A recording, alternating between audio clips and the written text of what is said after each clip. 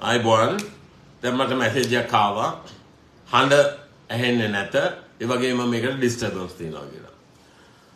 ඒක නිසා මට ඒක කැන්සල් කරලා නැවත පටන් ගන්න සිද්ධ වුණා. මේක තමයි රටේ තත්ත්වය. හරිද? ඕන බොරුවක් තක්කඩිකම වංචාවක් කරන මිනිස්සුන්ට කිසිම ප්‍රශ්නයක් නැහැ. ඔක්කොම ජනමාධ්‍ය ඕපන් මේ රටේ. ඔබට කෙලින්ම කට්ට කරලා ඇත්ත කතා කරන නාගානන්දට ඕක තමයි තත්ත්වය. හරිද? අපි මට ඒකින්ද කනගාල් සමාවෙන්න එකට මම නැවත මුලින් ඉඳන් ඒ වැඩසටහන නැවත කරනවා.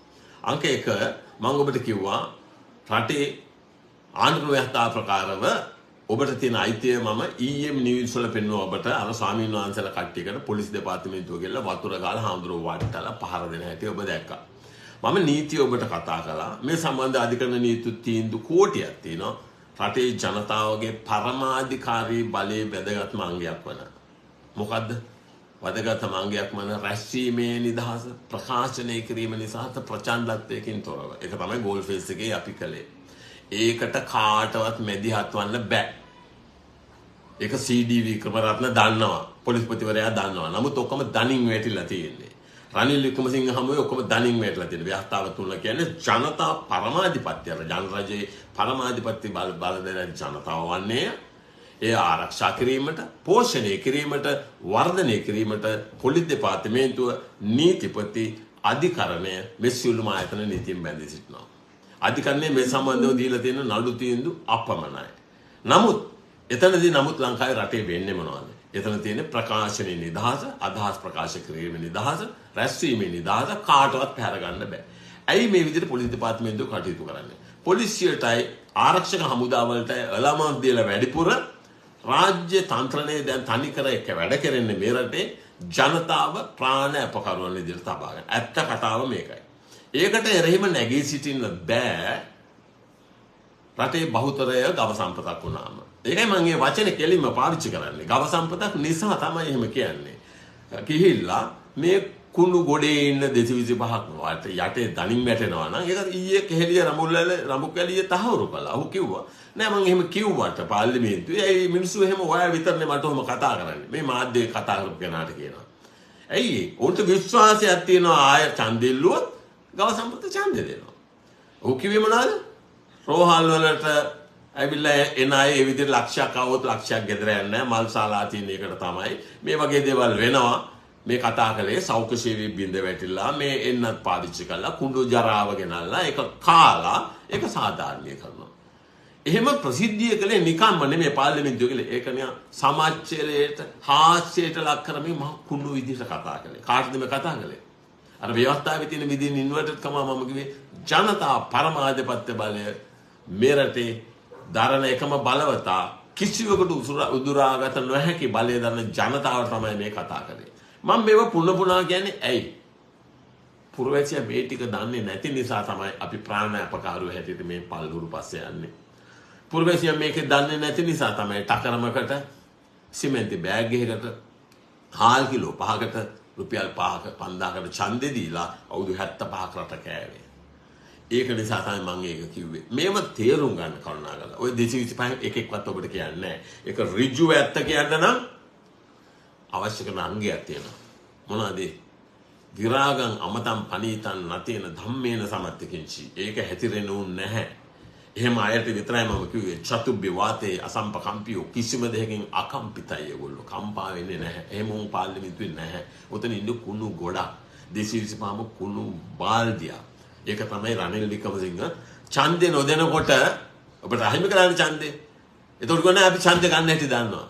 එහෙම කයියෙන් කෑ ගැහුවට ඔය 100ට 3 කට්ටියට දුවන්න පුළුවන් රනිල් වික්‍රමසිංහ දීලා බැඳලා තියෙන දන් දිගට විතරයි. දැන් කතා කරනවාද? දැන් කතා කරන්න බෑ. 2017 සැප්තැම්බර් 20 වෙනිදා රනිල් වික්‍රමසිංහ සමග එකට එකතු වෙලා මේ රටේ ජනතාවට ඡන්දය අහිමි කළා.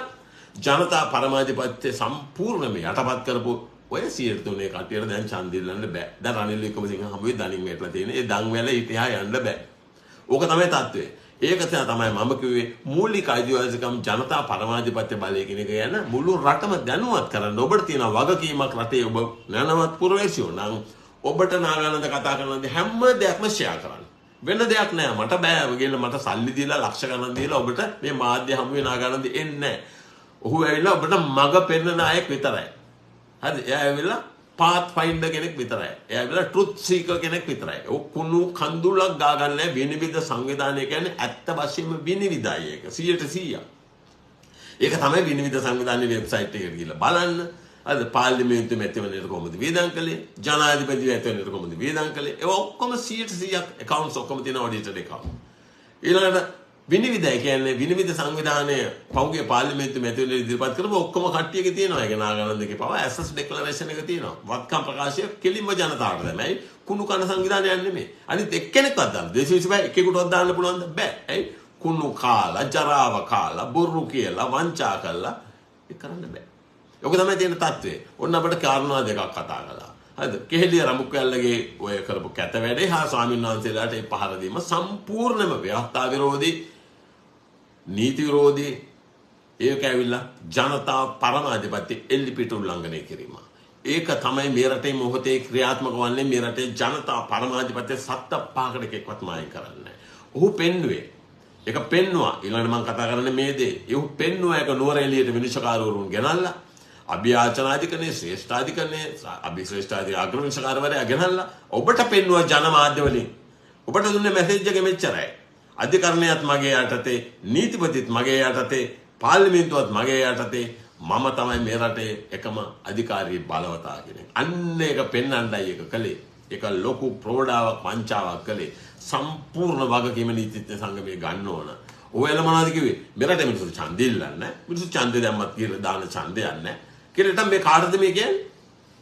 ජනතාවගේ අධිකරණ බලය විශ්වාසය මත ගරු කිරීමට, ආරක්ෂා කිරීමට, පෝෂණය කිරීමට 105 ව්‍යවස්ථාව බැඳීන අධිකරණයේ මිනිස්සුකාරවරුන්ට මෙහෙම කරපුවාම ඒකේ මොකක්ද රටේ ජනතාවට දීපු පණිවිඩේ? අය කියන්නේ මේ අධිකරණයේ තියෙන රනිල් වික්‍රමසිංහ යටතේ තියෙන්නේ නේ. ඒක තමයි මම ගව සම්පතට දෙන පණිවිඩේ. හරිද? ඒකට ඇයි ගියේ විනිශ්චයකාරවරු? සම්පූර්ණයෙන්ම වැරදි. ඇයි එහෙම දෙයක් නීති සංගමයේ සංවිධානය කළේ? සම්පූර්ණයෙන්ම වැරදි. මම දැක්ක ඊයේ වැඩසටහනකදී කතා කරනවා ඒ ගැන. සම්පූර්ණයෙන්ම වැරදි ප්‍රකාශයක් කරන්න ඕනේ නීතිඥ සංගමයේ සභාපති ඇවිල්ලා ජනතාව හමුවට මේ ගැන අපි සම්පූර්ණ සමාව ගන්නවා කියලා. ඇයි? ඒ වගේ දේවල් කරන්න බෑ. නීතිඥ සංගමයට ඕන වැඩසටහනක් සංවිධානය කරන්න පුළුවන්. ජනාධිපතිට ඇවිල්ලා එතෙන්ට ඇවිල්ලා නම් ඔහු පෙන්වන්නේ මොනවද? ජනතා පරමාධිපත්‍ය බලීත වැදගත් අංගයක් තමයි බලතල බෙදීම. අධිකරණය, පාර්ලිමේන්තුව, විධායකේ ආයතන තුනක් එකට එකක් අහන්න බෑ. ඒක දන්නවා නීතිඥ සංගමය. ඒක ඒගොල්ලන්ගේ ව්‍යවස්ථාවේ තියෙනවා. ව්‍යවස්ථාවේ තියෙන අංග මොනවද? රටේ නීතියේ ආධිපත්‍ය, ජනතා පරමාධිපත්‍ය, නීතියේ ආධිපත්‍ය, නීතිඥ වෘත්තියේ එතින් විනය හා විත්ති ඔබ දන්නවනේ ඒක තියෙන ethics කියලා එකක්. ගෞරවය ආරක්ෂා කිරීම. ඔය එකක්වත් දැන් නැහැ මේ රටේ. මේක නිකන් මහ කුණු වලක්. මේක අසුචි වලක්. කරීසම් වලක් බවට පත් වෙලා මේ රට කාලා තියෙන්නේ. ඒක වෙනස් කරන්න පුළුවන් කාටවත් නෙමෙයි ඔබට පමණයි.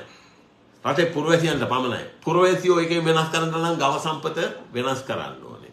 ගව සම්පතෙන් පුරවැසියෝ සම්පත. නැනවත් පුරවැසියෝ පැත්තටපත් කරන්න. ඒක කරන්න නොකරන්න තමයි මිනිස්සු වට්ටලා හිඟමනනකට දාලා අනේ මහත්තයෝ කීයක් හරි දෙන්නකෝ. මාකට් එකට ගියාම තියෙනවා අම්ම කෙනෙක්. අභියාචනාධිකරණයේ මම ඊයේ ගියාම කාර්යාලයට අනේ ස්ටාෆ් එක ඇවිල්ලා කියනවා සාය පොත් බෙදන්නේ නැද්ද සර්? ස්ටාෆ් එක ඇවිල්ලා ඉන්නවා සර් රුපියල් 1000ක් ගන්න බැයිද සර්? දෙයියනේ මේ රට මේ තත්ත්වයට කෑවනේ මේ පල්හුරු ටික. බුද්ධිමත්ව මේක දකින්න. ගෞරවාන්විතව පුරවැසියන්ට ජීවත් වෙන්න පුළුවන් රටක් මේක. හිඟමන යන්න ඕන රටක් නෙවෙයි. දැන් අන්තිමට රුපියල් නැති කළේ ඉන්දියන් රුපියල්ට ගෙනියන තත්ත්වෙට මේ පල්හුරු ටික පත් කළා. ඔහුට කොහොමද මොකද්ද තියෙන අයිතිය? කවුද රනිල් වික්‍රමසිංහ කියන්නේ? ජනමතේ බිඳුවක් තියෙන මිනිස්සෙක්ද? පාර්ලිමේන්තුවේ එහෙම අනුප්‍රාප්තික ජනාධිපති තත්ත්වයට පත් වෙන්න පුළුවන් මිනිස්සෙක්ද? සම්පූර්ණයෙන්ම නීති විරෝධී පාර්ලිමේන්තුවට. ඒකට අධිකරණයක් සම්පූර්ණ වග කියන්න ඕනේ. අධිකරණය දන්නවා පැහැදිලිවම ව්‍යවස්ථා ප්‍රකාරයේ පත්වීම වැරදි. මෙයාට වග කියන්න ඕනේ කවුරුවත් නෙමෙයි. මේ දැනගන්න ඕනේ ජනතාව දැනගන්න ඕනේ මේ රටේ අපි තවදුරටත් ප්‍රාණාපකාරයෝ නෙමෙයි අපි මේ රටේ අධිකාරී බලවතා කියන එක. ඒක ඔබේ පණිවිඩය දෙන්නේ නැත්තම් ඔබ ඇකිලිලා ඇඹරෙනවා නම් ඕක තමයි තත්ත්වය. තුන්වෙනි කාරණය. ඊළඟට මම කියන්නේ තුන්වෙනි කාරණය තමයි තව එක දෙයක් කියන්න ඕනේ. දැන් මම ඉල්ලලා තියෙන නීතිඥ සංගමයෙන් කවුද ඒ වැඩසටහනට සල්ලි දුන්නේ? කීයක් දුන්නද? කීයක් වේදම් කළාද? මේ නුවරඑළිය ග්‍රෑන්ඩ් හොටෙල් එකට 100 ගාණක් හැඳවලා කරපු වැඩසටහන. මීට ඉස්සෙල්ලා මෙවැනි විම වැඩසටහනක් URD සිල්වා ඉදි කළා. ඒකට සල්ලි දුන්නේ අර්ජුන ඇලෝසියස්. මේ පාර දුන්නේ කවුද? අර්ජුන ඇලෝසියස් කියන්නේ කවුද කියලා ඔබ දන්නවා? බැඳුම් කර වංචාවේ ප්‍රධාන චූදිතෙක්. මෙතන කවුද මේ පාර දුන්නේ? කීයක් දුන්නද? කීයක් වේදම් කළාද කියන එක මේ රටේ ජනතාවට දැනගන්න අයිතියක් තියෙනවා. මොකද එතන එහෙම කියන්නේ අයිතියක් තියෙනවා කියන්නේ එතනට ජනාධිපති ගෙනල්ලා ඒ කරපු ප්‍රකාශය විනිශ්චයකාරවරු ගෙනල්ලා එතන ගෙනල්ලා හැල්ලු කිරීම සම්බන්ධයෙන් සම්පූර්ණ වගකීම පාර ගන්න ඕන. මම දැක්ක ඊයේ වැඩසටහනකදී ඔක විවේචනය කරනවා. එහෙම රටේ ජනතාවට විවේචනය කිරීමේ අයිතියක් තියෙනවා. හරිද? මේක නිසා තමයි මම ඔබට ඒ ගැන අවධානය කරන්නේ. ඒ ගැන දැනුවත් වන්න. ඒවා මහ නීච නින්දිත නිබත වැඩ. නාගාලන්ද නීතිඥතුන්ට මේ නීතිඥ සංගමය හෝ වෙනවත් කවුරුත් කෙනෙක්නේ ඔහු මහජන අයිති ඍජුව බල ගන්න ඕන නීතිඥයෙක් පමණයි. හරිද? ඒකයි මම කිව්වා අර කෙහෙලිය රමුක් ගාලා අර එහෙම කිව්වනේ ඔබට ඇවිල්ලා. නෑ මේ පාර්ලිමේන්තුවේදී කිව්වනේ මේ ගෑස් පිපරීම ගැන කිසිම ප්‍රශ්නයක් නෑ. මේ ගෝඨාභය ඉන්නකොට එයා එළවඳ කරපු වංචාවක්. ඒක කිසිම විද්‍යාත්මක පදනමක් නෑ. ගෙවල් ගිනි ගත්තා කියනවා බොරු කියනවා ගෑස් සිලින්ඩර් පිපරීම සම්පූර්ණ බොරු ප්‍රකාශයක්. ඒකෙදි ඔබට ඒ සම්පූර්ණ සහනය ලබා දුන්නේ කවුද? මෙයා දැනුවත් වන්න කරුණා කරලා. ඒක රුවන් ෆර්නෑන්ඩෝ සම්පත් මේ විනිශ්චයකාරවරු දෙපළක් තමයි ඒ නඩු තීන්දුව දුන්නේ. ඒ නඩු තීන්දුව නැත්තම් ඔබ තවමත් මේ රටේ ගෑස් ගිනි ගන්නවා. සම්පත් විජයරත්න ඒ දුන්නේ නඩු තීන්දුවෙන් කිව්වා පැහැදිලිවම. ඒක මම පෙන්නුවා අධිකරණයට මේක ඔක්කොම උනේ ගෑස් සිලින්ඩරේ සංයුතිය වෙනස් කළා. ගෑස් සිලින්ඩරේ සංයුතිය තිබුණේ ප්‍රොපේන් 20යි බියුටේන් 80යිට ඇයි ඒ බියුටේන් ප්‍රොපේන් කියන එක දැඩි පීඩනයක් වැඩි ඇති කරනවා. ඒක 20 ඉඳලා 50ට වැඩි කරපුවාම ගෑස් සිලින්ඩරේට දරන්න බැරි පීඩනයක් ඇතුළේ ඇති කළා. ඒක කළේ ඇයි? ඒක දැනගන්න. ඒක කළේ වෙන කිසිම කාරණයකට නෙමෙයි. ඔබ දින 40ක් ගෑස් සිලින්ඩරේ පාවිච්චි කළා නම් දැන් දින 25ක්වත් පාවිච්චි කරන්න බෑ. ඒකයි අරමුණ. නමුත් වැඩේ වැරදුනා. ඇයි? දැඩි පීඩනය වැඩි නිසා ගෑස් සිලින්ඩරේ ලීක් වෙන්න පටන් ගත්තා. සිලින්ඩරේ ලීක් එකට කුකර් එකට ගැට ගන්න තැන ඒක මනින තැන ලීක් වෙන්න පටන් ගත්තා. ගෑස් ලිප් 800 ගණක් ගිනි ගත්තා. 7 දිනක් මිය ගියා. එකෙක් පිළිගත්තද වගකීම? කෙහෙලිය රඹුකැල්ල දන්නේ නැද්ද? මේක දන්නවා. බන්දුණු ගුණවර්ධන ලසන්ත අලගිය වන්න පාර්ලිමේන්තුවට ඇවිල්ලා සම්පූර්ණ සාවද්‍ය ප්‍රකාශයක් කළා. පාරිභෝගික කටයුතු අධිකාරියේ විධායක අධ්‍යක්ෂකවරයාට තර්ජනය කළා. ඔහු රටින් ගිහලා ඕස්ට්‍රේලියාවේ දැන් ඉන්නේ. ඔහු එහි ඉඳලා ප්‍රකාශනයකුත් කරනවා. මේ රටේ මේව කිව්වට වැඩක් නැහැ. ඔබ මේවා ෂෙයා කරගන්නේ නැත්තම් ගව සම්පතෙන් නනවත් පුරවැසියන්ගේ පැත්තට ගන්න ඔබ උනන්දුවක් නැත්තම් පුරවැසියා දණින් වැටෙනවා නම් මේ රටේ නාගානන්දේ ඉන්නේ සත්ත පහක පළකුත් නැහැ. කවුද කිව්වේ නාගානන්දට මැතිවරණයට එන්න කියන පැත්ත පලාතෙන් නැහැ වැඩක් නැහැ. ගව සම්පතේ ඉන්න තාක්කල් වැඩක් නැහැ ඡන්දකට ඇවිල්ලා. මම කිව්වනේ ගිය පාර පාර්ලිමේන්තු මැතිවරණයේදී කොළඹ දිස්ත්‍රික්කයේ මම්පිවන්නුව මෙන්න වීරවංශගේ පර්මිට් එකේ වාහනේ විකුණලා මෙච්චරයි. මෙයාගේ පර්මිට් එකේ වාහනේ විකුණලා මෙච්චරයි ලක්ෂ ගණන් ඡන්ද. හරිද? මේ ඔක්කොම කට්ට කඩලා ඇත්ත පෙන්වන්න නාගානන්ද පිළිගන්නේ නැහැ. ඇයි? ඔවුන්ට ඕනි කුණු කන, තකරමක් දෙන, සිමෙන්ති බෑගයක් දෙන, රුපියල් 5000ක් දෙන, හාල් කිලෝ 5ක් දෙන එකාට තමයි ඡන්දය. ඒක දැන් නාගානන්ද දෙන්නේ නැහැ ඡන්දවලට. ඒක විහිළුවක්. රටේ මිනිසුන්ගේ ඔළුව සුද්ධ කරන්නේ නැතුව ඡන්දයට යනවා කියන එක විහිළුවක්. ඊළඟ කාරණා. දැන් අපි කතා කරන්නේ ඉතාම වැදගත් මාතෘකාවක්. හරි? මේ ඇවිල්ලා මම ඔබට කිව්වා BMW බදු වංචාව බිලියන 16ක්. මිලියන 16000ක්. ඒක ඔබට මතක ඇති බැඳුම් කර වංචාව සම්බන්ධයෙන් රටේ හැම තැනම කෑ ගැහුවා බිලියන 11ක වංචාවක් මේක ගැන රටට කිව්වා. මේ ගැන එකෙක් කතා කරනවා. BMW වංචාවට දැන් මහා බැංකුවේ ඉන්න කවුද? දැන් ඉන්න ප්‍රධානියා නන්දලාල් වීරසිංහ පවා දැන් මේකට සම්බන්ධයි. එතන ඉන්න මහා බැංකුවේ මූල්‍ය මණ්ඩලය පවා මේකට සම්බන්ධයි. මූල්‍ය මණ්ඩලයේ හිටියා. හරිද? වීරවර්ධන කිව්වා මහා බැංකුවේ මූල්‍ය මණ්ඩලයට ඒකට මැදිහත් වෙන්න කොහෙත්ම අයිතියක් නැහැ. මූල්‍ය මණ්ඩලයේ සමාජිකයෙක් තමයි ඇවිල්ලා අධිකරණයේ මේ වංචාවට සම්බන්ධ පුද්ගලයාව නියෝජනය කරන්නේ. හරිද? මේ කියන්නේ BMW කම්පැනි එක. ඒකෙදි මේක හොඳට තේරුම් ගන්න. මොකද්ද මේ වංචාව? ඒක ඉතාම සරලයි. වාහන 1675කට BMW හොර ඉන්වොයිස් ඉදිරිපත් කළා. වාහනේ 45000ක් නම් ඩොලර් 22500ක් දාලා රේගුවට ප්‍රකාශ කළා. බොරු මිලක් ප්‍රකාශ කළා. මොකද පර්මිට් එක තිබුණේ ඩොලර් 25000 දක්වා පමණයි. ඊට පල්ලෙහා නම් ඒකට බදු සහනය ලැබෙනවා. ඊට වැඩි නම් සම්පූර්ණ බද්ද ගෙවන්න ඕන. මොකද්ද කළේ? ප්‍රෙස්ටිජ් ඔටෝමොබයිල් කියන සමාගම BMW සමාගමෙන් එපු ඉන්වොයිස් ඔක්කොම හැංගුවා. ඊළඟට නැවිගාරය කියන සමාගමක් ජර්මනි බොරුවට හදලා හොර ඉන්වොයිස් ගනනලා වාහන 1675කට රුපියල් බිලියන 16ක් මිලියන 16000ක් හොරකම් කළා. BMW සමාගමට නාගානන්ද කිව්වා ජර්මනියේ මේ සම්බන්ධ සම්පූර්ණ ඇත්ත ප්‍රකාශ කරන්න ඕනේ. මම බ්‍රිතාන්‍යයට ගිහිල්ලා මේ ගැන මැදිහත් වෙලා ඔක්කොම ඔරිජිනල් ඉන්වොයිසස් ගත්තා. ජර්මන් රජය, ජර්මන් රේගුව කාමයක ඔක්කොම දුන්නා. ඒකෙන් ඔක්කොම අත්තටම මේගොල්ලෝ අහු වුණා. මොකක්ද උනේ? නීතිපති ප්‍රකාශිතව අධිකරණය හමුවේ කිව්වා දැන් මේ සම්බන්ධ ලියවිලි ඔක්කොම ඇවිල්ලා තියෙන්නේ. මොකද මෙතන චූලානන්ද කියලා හිටපු රේගුව අධ්‍යක්ෂ ජනරාල්වරයා සහ තව නිලධාරියෙක් මේ නඩුව යට ගැහුවා රේගුවේ. එතන තියෙනවා චෝදනාවක් මිලියන 200ක් මේකට කප්පම් ගත්තා කියලා. ඒකෙදි ඒකට එරෙහිව නඩු පාරපුවාම ඔවුන් මොනවද චූලානන්ද කළේ? මිලියන 20 හොරකම් කරපු වාහනවලට රුපියල් ලක්ෂ ගානේ ගහලා ඒක යටපත් කළා. ඒක වළක්වන්න අධිකරණයේ නඩුවක් තියෙද්දි ඒ බව දැන අධිකරණයේ ඉදිරිපත් කරන්න ඉස්සෙල්ලා නඩුව ලක්ෂ ගානේ දාලා මේක යටපත් කළා. කොච්චරද බදු වංචාව? බිලියන 16ක්. එතකොට ඔබට මේක රටට කිව්වේ නැද්ද නාගානන්ද? මුළු රටටම කිව්වා. එකෙක්වත් ආවද මේවට කතා කරන්න? එකෙක්වත් නැහැ පුරවැසියෝ. මම කිව්වේ ගව සම්පතක් ඉන්නේ රටේ කියලා. මේ අවස්ථාවේදී මේ ඔක්කොම ඉදිරිපත් කළ අධිකරණයට ආවන් පස්සේ නීතිපති ප්‍රකාශිතව අධිකරණය කියනවා නඩු දෙකක්. සරලව කියන නඩු දෙකක් තිබුණා. මොකද එකක් අර රුපියල් ලක්ෂ ගානේ දඩ ගෙවුවනේ. වාහන 1975කට ඒකත් අයින් කරන්න කියලා BMW නඩු සමාගම නඩුවක් දැම්මා. මහජනයිතිය බල ගන්නවා මේ නාගානන්ද පවත්වපු නඩුවේදී දැන් නඩු දෙකයි. මොකද ඒකෙදි කිව්වේ ලක්ෂ ගානේ දඩ ගහලා ඒ දීපු තීන්දුව අල්ලලා විසිකල්ලා සම්පූර්ණයෙන්ම අලුතෙන් මේ නඩුව පටන් ගන්න කියලා. නීතිපති මොනවද අධිකරණයට ඇවිල්ලා කිව්වේ? ප්‍රකාශිතව මෝසමක් දාලා කිව්වා මේ නඩු දෙකටම එකම ડોකියුමන්ට් එක දැම්මේ. මොනවද දැම්මේ?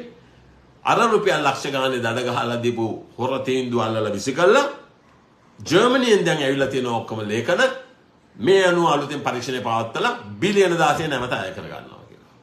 මේ නඩු දෙකටම එකම මෝෂන් එක උසාවිය ගොනු කළා. අධිකරණයේ හමුවේ නීතිපති කිව්වා මේ නඩුව මෙතනින් අපි කැමති මේ නඩුව නැවත පටන් අරගෙන රේගුව දැන් අධ්‍යක්ෂක ජනරාල් ඒ අවස්ථාවේදී චාල්ස් PSM චාල්ස් මැතිනි හිටි ඇය දුන්න සහතිකයක් අධිකරණයට මේ දීපු චූලානන්දගේ තීන්දුව අල්ලා විසිකල්ලා අලුතෙන් පටන් ගන්නවා. ඔබ දන්නද නාගානන්ද මේ තියෙන අභියෝග? චූලානන්ද ඉල්ලුවා මිලියන 500ක කප්පමක්. කියන්නේ ඔහු ඉල්ලුවා මේ ඔහුට එරෙහිව අපහාසය කළා කියලා. BMW සමාගම මිලියන 1000ක ඉල්ලුවා අපහාස කළා කියලා. මේ මෙසේ ගමනක් නෙමෙයි යන්නේ. තේරුම් ගන්න එක. මේ යන්නේ තා දුෂ්කර ගමනක්. මේවා යන්න තමයි මම කිව්වේ අර අකම්පිත වෙන්න ඕනේ කිව්වේ ඒකයි. ඒවා සත්ත පහක වැඩක් නැහැ. මිනිසුන්ට කිව්වට නගන්න සත්ත පහකට ගණන් ගන්නේ නැහැ ඒක. අන්තිමට එහෙම කියලා නඩු දෙක කිව්වා අලුතෙන් නඩුව පටන් ගන්නවා. මේ බදු මුදල අය කරගන්න. ඒ ඇවිල්ලා මහජනයිතිය පැවරීමේ නඩුව. බල ගැන්වීමේ නඩුව. දෙවන නඩුව BMW නාම සමාගම කිව්වා ලක්ෂ ගානේ ගහපු නඩුව තීන්දුවත් වින අයින් කරලා ඒක කොස් කරන්න. ඒ තීන්දුව අවසන් කරන්න. නීතිපති එතන බරපතල වංචාවක් කළා. නීතිපතිට දූෂණ කොමිසම හමුවේ ඒ සම්බන්ධව පැමිණිලි ගන්න සිදු වුණා. ඇයි අධ්‍යක්ෂක ජනරාල්පතියෙක් කිව්වේ මොකද්ද? චූලානන්ද දීපු නඩු තීන්දුව අල්ලලා විසිකල්ලා දෙවැනි එක අලුතෙන් නඩුව පටන් ගන්න. ඒ අලුතෙන් නඩුව පටන් ගන්නවා කියන කැලල කිව්වේ නෑ අධිකරණය. දැන් ඇවිල්ලා සංජීව ජයවර්ධන කියනවා no. Court granted as unqualified. Unqualified. Again, the court quashed the order with no conditions whatsoever. කිසිම කොන්දේසිකට යටත්ව නෙමෙයි. හරිද? අධිකරණයේ ඒ තීන්දුව අවසන් කළේ. ඒකින්ද මේ නඩුව නැවත පටන් ගන්න බෑ. සෝෂියල් ආරේක ග්‍රාන්ට් කළේ. ඒ කියන්නේ දීපු අධිකරණ දීපු ආඥාවෙන් ඒකට කිසිම කොන්දේසියක් නැහැ. ඒකින්ද නඩුව පටන් ගන්න බෑ. කවුද ඒකට වග කියන්න ඕන? ජනරජයේ නීතිපති. දැන් ඒකට නඩුව ඉවර වුණා. නඩු දෙක රේගු ඇරියා. BMW සමගට වහාම නඩුවට එන්න. මොකටද මේ? රජයට අහිමි කරපු බිලියන 16 මිලියන 16 නැවත හය කරගන්න. මං කෝ ඒක ඇවිල්ලා තට්ටු 10ක ඇඳන් 1000ක් දාන්න පුළුවන්. රෝහල් දෙකක් හදන්න පුළුවන් තරම් විශාල මුදලක්. ඉලෙක්ෂන් එකට යනවා කියෝකේදී බිලියන 8.9. මෙතන බිලියන 16. දැන් එරියම ආවද සමාගම? වන්නේ නීති ආධිපත්‍ය බිඳ වැටලා තියෙන තරම බලන්න. පැත්ත පලාතකාරී නෑ. මොනවද කළේ? ආපහු උසාවියට ගියා. ආපහු අධිකරණයට ගියා මේක වහම නවත්තන්න. මේකට තියෙන්නේ අන්කොලිෆයිඩ් මේ දීපු අධිකරණයේ තීන්දුවේ කිසිම කොන්දේසියක් නැහැ. කවුද කොන්දේසි දැම්මේ නැත්තේ?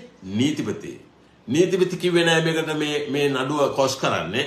මේ තීන්දුව අවලංගු කරන්නේ නැවත පරීක්ෂණයකට පැවැත්වීමේ කොන්දේසියට යටත් වගේ දෙයක කිව්වේ නෑ. ඕකට සංජීව දැන් ඉන්නේ සංජය රාජරත්නම්ට නීතිපතිට මම කිව්වා මේක සම්පූර්ණයෙන්ම වැරදි. මේ සම්බන්ධව අදාළ නීතිඥයාට ඒ කියන්නේ රජයේ සොලිසිටර් ජනරාල්ට විරුද්ධව උඹ නීතිය ක්‍රියාත්මක කරන්න ඕනේ. මේ කියන්නේ රටේ මහ ජනතාවගේ මුදල් මේ වංචා කළාද? නැහැ. මම ප්‍රකාශිතව දැනුම් දුන්නාම සංජය රාජරත්නම්ට ඔහු දෙනවා මම කිව්වා මේකට උඹ ක්‍රියාත්මක වුණේ නැත්තම් I am going to take action against you because you are liable. This is about public funds, abuse of public funds running into 16 million 16. මොනවාද නීතිපති කරන්නේ? ඒ දාපු පැමිණිල්ල දෙනවා. ඒ සම්බන්ධව අධිකරණයට ඉදිරිපත් වෙච්ච රජයේ නීතිඥයන්ට සොලිසිටර් ජනරාල්වරයාට. මම මේක ඔබට ඉදිරිපත් කරනවා. මෙන්න ඔහු එපු උත්තරේ. හරිද? මම මේකත් ඔබට දාන්න. නීතිපති දෙනවා චූදිත රජයේ නීතිඥයාට මේකට උත්තර අරපන්. ඔහු කියනවා ඒ ශෝධනා ඔක්කොම ප්‍රතික්ෂේප කරමින් උත්තරයක් දෙනවා. ඔහු තමයි මේකේ චූදිතයා. හරිද? දැන් මම මේ සම්බන්ධයෙන් දැන් අධිකරණයේ හමුවේ දැන් මේ නඩුව නැවත පටන් ගැනීමට එරෙහිව දෙවලා තියෙනවා. දැන් එන්නේ නැහැ ඌ. මම ඔබට දාන්නම් මේ වයින් එක වාහනයේට ඉන්වොයිස් දෙක එකක 20000යි එකම එන්ජින් නම්බරේ එකම චැසි නම්බරේ අනිත් එක 45000යි 40000යි. බැලුමටම ඔප්පු වෙන නඩුව. දැන් නීතිපති දූෂණ කොමිසම හමුදුර. වැඩක් තියනද? එතන ඉන්නේ තවත් දූෂිතම ආයතනයක් තමයි දූෂණ කොමිසම. මේවා කියනකොට මේ ඇඟිල්ලේ මම දැනෙන්නේ නැද්ද? මොන අපරාධද මේ රටේ වෙන්නේ කියලා. එසේ මුදලක්ද? අම්මලා තාත්තලා දරුවන්ට කන්න දෙන්න බැරුව. දරුවන්ට මුළු පවුලටම වස දීලා තමනුත් මේ යන රටක්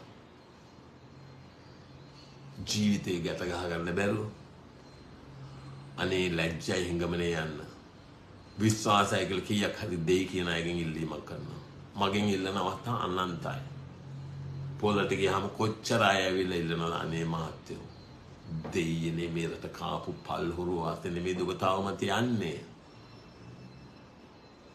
මේ දෙසිසිපයි එකෙක්ව පිළිගන්නුන් ඉන්නවද ඔක්කොම එකම කුණු ගොඩේ ඉන්නෝ දැන් ওই නඩුව තියෙනවා සඳුදා BMW නඩුව මම අධිකරණයට පැහැදිලිව වහාම මේක අල්ලා බිසි කරන්න ඕනේ මේ තීන්දුව මේ නඩුව නැවත පටන් ගන්න බෑ කියන එක BMW නඩුව ඒක සම්පූර්ණයෙන්ම කිසිම පදනමක් නැතුව නීතිපති සම්පූර්ණයෙන්ම වගකිය යුතුයි දෙපාර්තමේන්තු නිලධාරීන් කැඳවලා කිව්ව නීතිපති මේ නඩුව නැවත පටන් ගන්න බෑ කියලා ඒක ඔක්කොම නාගන්නට දෙනවා තොරතුරු ඇයි නීතිපති තමන්ගේ වගකීම පැහැරහැරපු නිසා නීතිපති කිව්වේ නෑ BMW නඩුවේදී මේ නඩුව තීන්දුව අල්ලලා බිසි කරන්නේ රුපියල් ලක්ෂ ගානේ දරදාපු එක නැවත නඩුව පටන් ගැනීමට යටත්ව කියන එක තමයි නීතිඥයන් ඇවිල්ලා කියන්නේ කම්පැනි එක වෙනුවෙන් සංජීව ජයවර්ධන අධිකරණයට ඉදිරිපත් වෙලා කියනවා it is unqualified the certiorari granted by the court it is unqualified relief කිසිම කොන්දේසියට යටත්ව නොවේ ඒකෙන්ද මේ නඩුව යටපත් නැවත පටන් ගන්න බෑ කියලා අපි බලමු ඒකේ මොනවද වෙන්නේ කියලා ඊළඟ කාරණේ කෙලි ෆ්‍රේසර් මොනවද කෙලි ෆ්‍රේසර්ගේ කේස් එක කියන්නේ අර බ්‍රිතාන්‍ය ජාතික කාන්තාව ඇය මොනවද ලංකාවට එල්ල කරපු අපරාධය ඇය ඇවිල්ලා කිව්වේ අරගල භූමියේදී ගහපු එක සම්පූර්ණයෙන්ම වැරදි. මේ වෙලාවේ මේ කෙමිකල් වෙපන්ස් පාවිච්චි කරපුවා ඒවා ඇවිල්ලා එක්ස්පයර්ඩ්. ඒව ගහලා කීප දෙනෙක් මැරුණා ඔබ දන්නවා. ඊළඟට ක්‍රූර අමානුෂික වද හිංසා වලට පත් කිරීම සම්බන්ධයෙන් පුරවැසියන්ව ගෝල් ෆේස් එකේ යන 9 වෙනිදා ගහපු ප්‍රහාරය සම්බන්ධයෙන් ඒකත් දැන් අධිකරණයේ තියෙනවා. ඔය ජොන්ස්ටන් ෆර්නෑන්ඩෝ, දේශබන්දු තෙන්නකෝන්, ගෝඨාභය රාජපක්ෂ, මහින්ද රාජපක්ෂ, ගාමිණී සෙනරත් මේ ඔක්කොට බෙරෙව දැන් ඕකේ අධිකරණයේ තියෙනවා. නඩු නිමිතුකුත් තියෙනවා. ඇය කතා කළේ ඔන්න ඔය ගැන. මොනවද කළේ මේගොල්ලෝ? ඇය ඉන්න තැනට පැනලා ඇයගේ පාස්පෝර්ට් එක, ඇයගේ ලැප්ටොප් එක, කම්පියුටරේ, ඇයගේ මොබයිල් ෆෝන් එක ඔක්කොම අරන් පැන්නා. මේ රටේ නීතියක් තියනවාද? මොනවද ඊට පස්සේ පොලිස් මාධ්‍ය ප්‍රකාශ කළේ? Her pages contain some negative contents and she has brought the government of Sri Lanka into disrepute. ලංකාවේ රජයට අපකීර්තියක් පත් කළා. ඇයගේ pages වල තියෙනවා රජය අපහසුතාවයට පත් කරන ප්‍රකාශය. ඇයගේ තියෙන වීසා page එක. එයාගේ තියෙන ලංකාවේ තිබිච්ච වීසා ගැම්ප එන්ඩෝස්මන්ට් එකක් යුටිලයිස් කියලා. ඒ page එකත් මම ඔබට දාන්න. කවුද මේ කරේ? ආගමන විගණන පාලක. ඇයි? පොල් පිටක් වෙලා. ඔහුට එහෙම කරන්න පුළුවන්ද? බෑ. එහෙම කරනවා නම් කොහොමද කරන්න ඕනේ? විධිමත් පරීක්ෂණයක් තියන්න ඕනේ. ඒ වීසා වැරදි නම් ඇයට දෙන්න ඕනේ ඔපචුනිටි එකක්. ඇයි මේ වීසා වැරදි කියන එක කියන්නේ? ඒ කිසිම දෙයක් නැතුව වීසා එක ගැහුවා, වීසා යුටිලයිස් කළා, වහාම රටින් පිටවත් වෙන්න කියලා රටේ ජන කවුද මේ අමාත්‍යවරයන් නිකුත් කළා පිටුවහල් කිරීමේ නියෝගය. ඇයි මේ සම්බන්ධව අධිකරණයට ගෙනිච්චම වෙච්ච දේ තමයි දැන් කියන්නේ. ඇය මේක අභියෝග කරපුවාම රනිල් වික්‍රමසිංහ උත්සාහ කළා ඇයව ගෙන්නන්න ළඟට. ඇය PhD එකක් කරන young British girl කෙනෙක්. මම මේ ටික බ්‍රිතාන්‍යයේ අයට තේරෙන්න ඕන නිසා I have to tell this, explain this to you in English. She is a young girl reading for her PhD, around 34-35 years. She expressed her views and she did her utmost best to defend the fundamental rights of the citizens of this country. She did no wrong. She committed nothing wrong.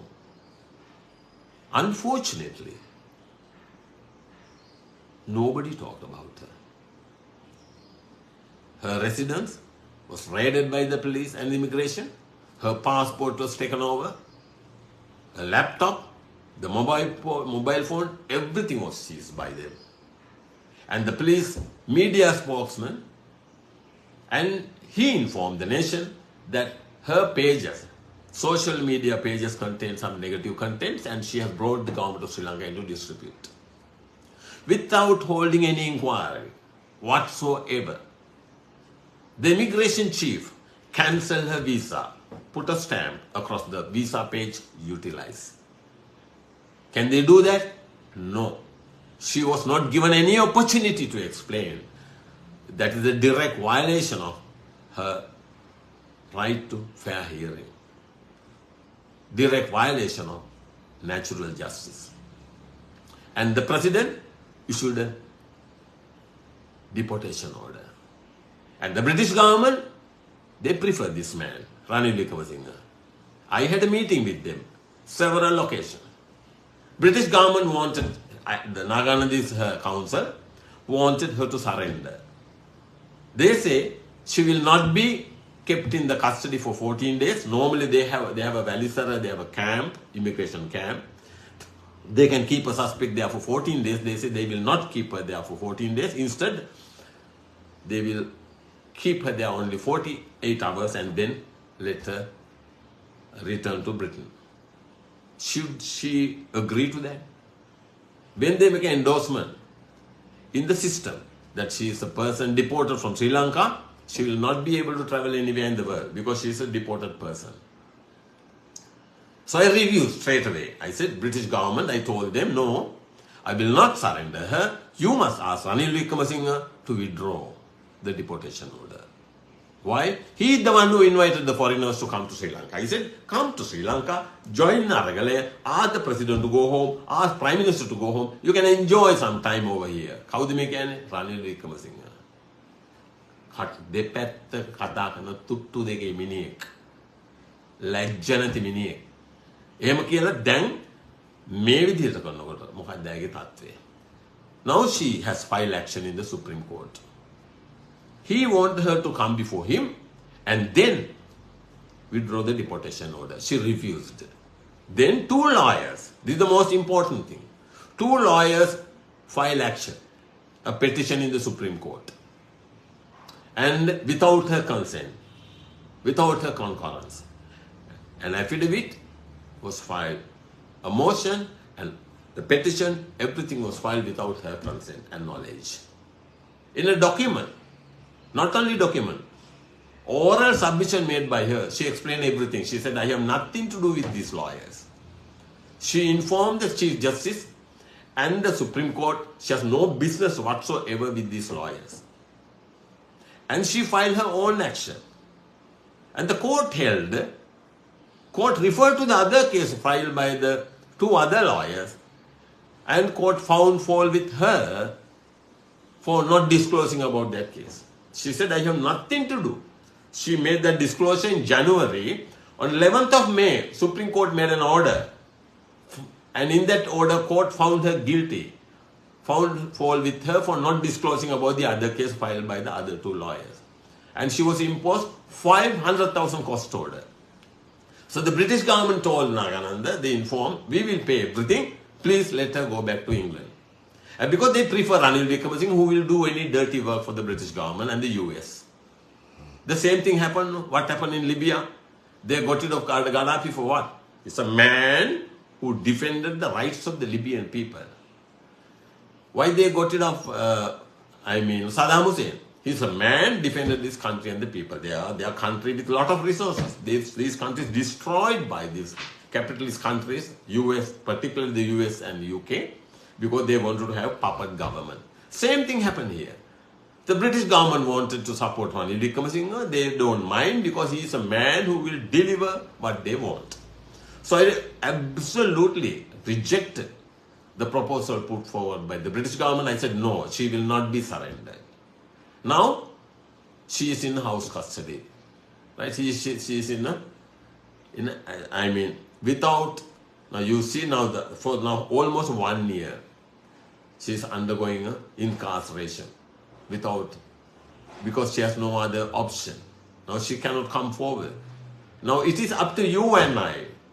We have to talk on her behalf. She did the utmost bit. She's willing to return to England even tomorrow. No issue whatsoever. But Ranil Wickremesinghe must withdraw his deportation order. Ranil Wickremesinghe, because I wanted to talk to you, in English, because she should return, she should listen to this. She's undergoing terrible time. She's a young girl, lost 1 year. 1 year in a house arrest. How fair it is. How have we, Bahalatinane? කතන්‍යතා කියන සන්තුට්ඨීච කතන්‍යතා කියන අපේ තියෙන්න ඕනේ මොකද්ද? යම් කෙනෙක් අපි වෙනුවෙන් හඬක් නැගුවා නම් අපි තියෙන්න ඕනේ ඒ ගැන අපේ කෘතඥතාවය. කතන්‍යතා කිව්වේ ඒකයි. අපි තිබුණාද එහෙම දෙයක්? එකෙක් නෑඳන් නැගුවේ නෑ.